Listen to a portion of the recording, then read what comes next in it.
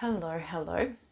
Today I want to discuss a topic that could be considered a little controversial, hence why I have been, somewhat reluctant to discuss this further for a number of years.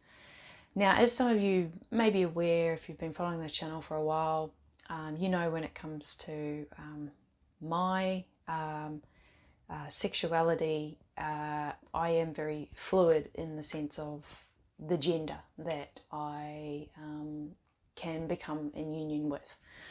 So basically, I know some people would put particular labels on that, but I guess as I like to say, I can fall in love with someone irrespective of their gender, irrespective of how they identify. Now, there is a lot that obviously I can unpack here in regards to this topic of gender. And I want to disclaim, of course, that you are free to identify as you wish, and you can take what you wish from this video and leave what you wish. I'm not saying that you have to believe these things in which I'm going to express whatsoever. But I first want to start out by saying is that obviously gender goes beyond what our genitalia is in the biological sense, right? So when the human is operating correctly, both feminine and masculine attributes run through the human DNA. Now, in order to identify what feminine and masculine is, it's actually not something I'm going to come into in this vlog. There would have to be a whole other vlog dedicated to explaining what those things are, because depending on the reality in which you reside in is also going to depend on the best way to express and me to explain what those things are. Just to simplify it, masculine and feminine would normally run equally through the DNA, irrespective of the genitalia, the biological form in which the human resides in. However, due to various events over the last 10,000 plus years, there has been a lot of distortion going on with the human DNA, and so the human DNA has not really been operating what some would say is correctly.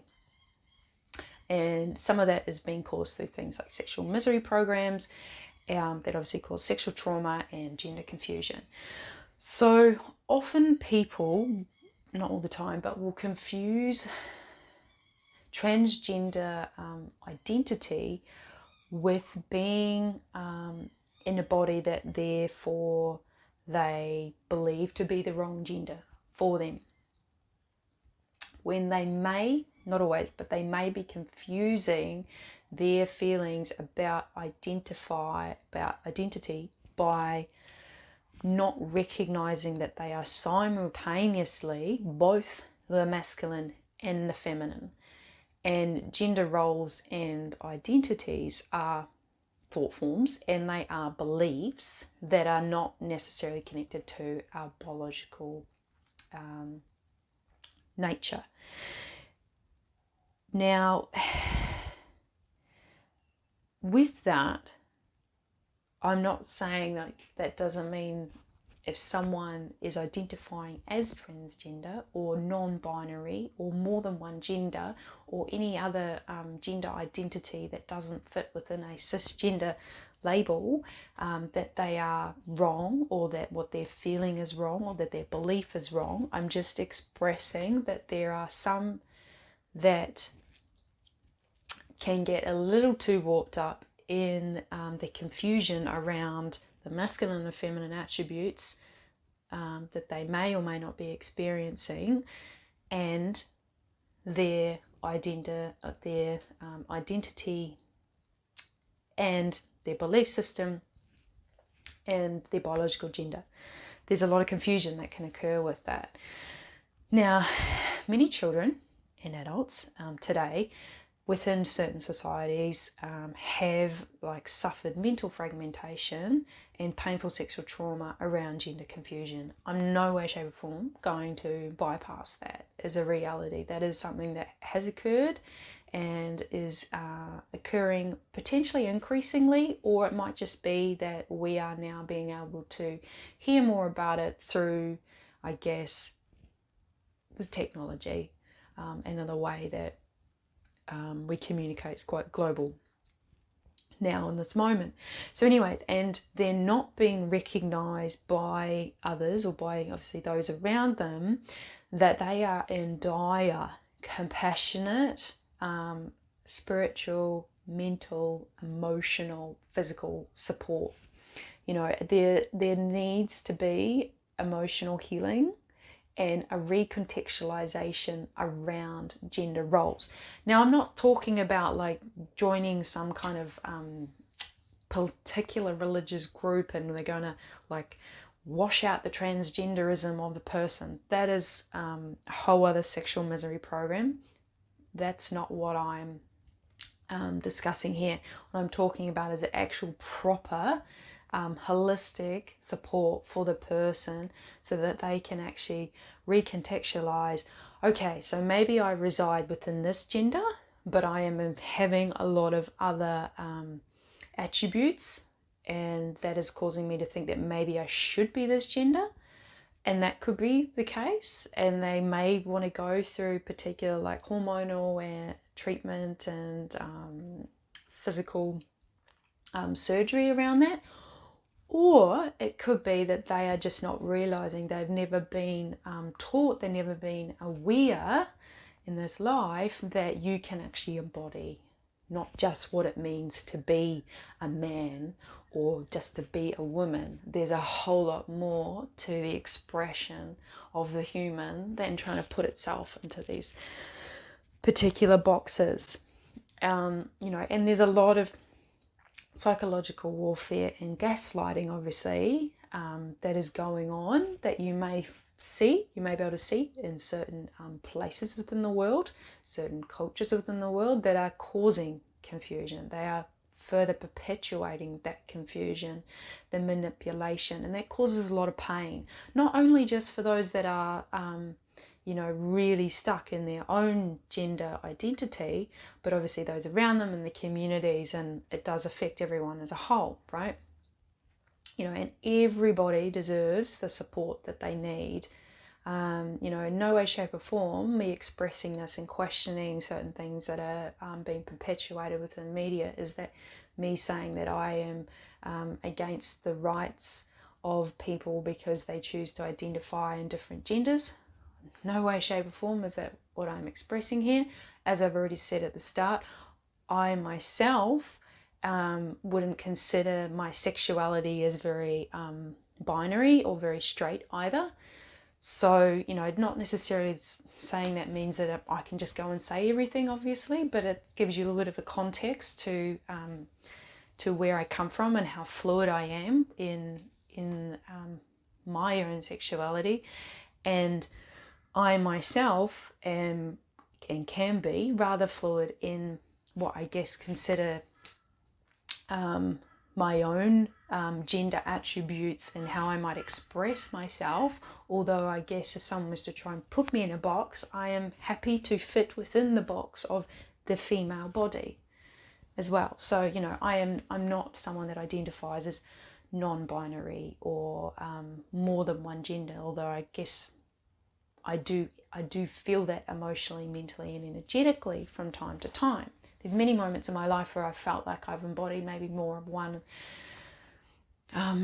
gender attribute than another, not necessarily always physically in how I identify, but in how I might be expressing myself. And again, I'm also aware in how I feel in the sense of maybe that I present myself. There might be particular colours that I wear, that it changes different masculine and feminine energies within me.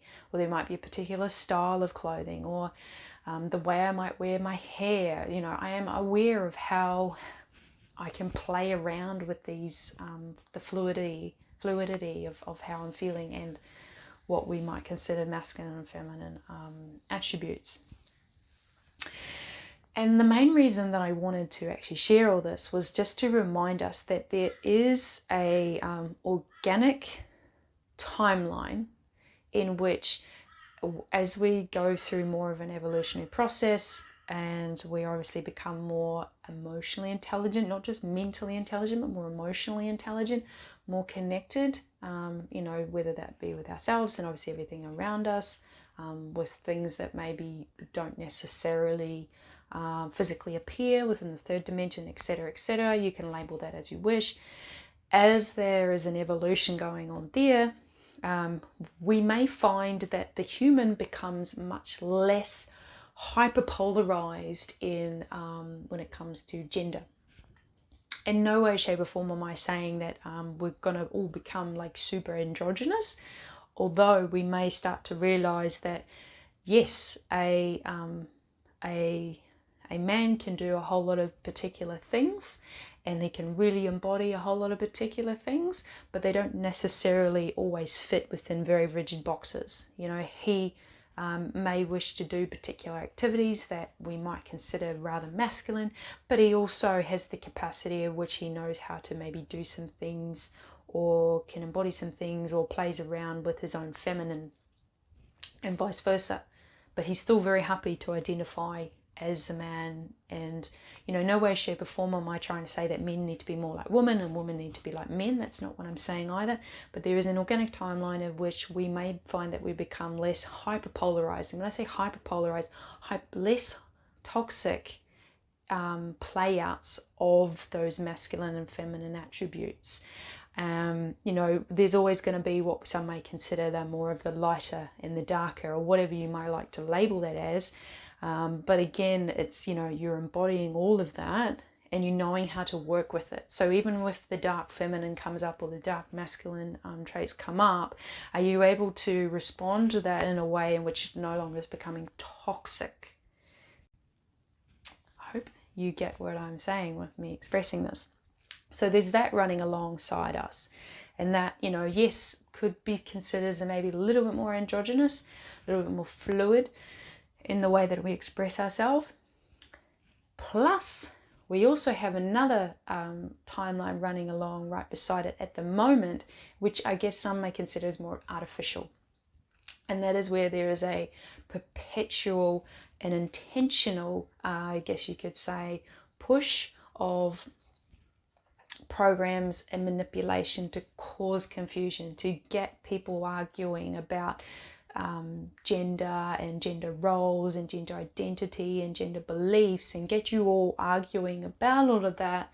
There's a siphoning of energy that can come from all of that. There's obviously a whole sense around control and power in order to keep you a bit distracted from maybe some other things. And that's kind of where I'm going to leave it at for this topic. You're welcome to have any more questions. You can leave them in the comment section down below. You can also reach out to me on other various social media platforms. And yeah, there's a lot that could be unpacked with this. Obviously, I'm very much just brushing the surface. But yes, this is a world in which we live in. And, people's attention spans can be rather short sometimes. So yes, we can discuss this more further in another day, and I will see you in another vlog.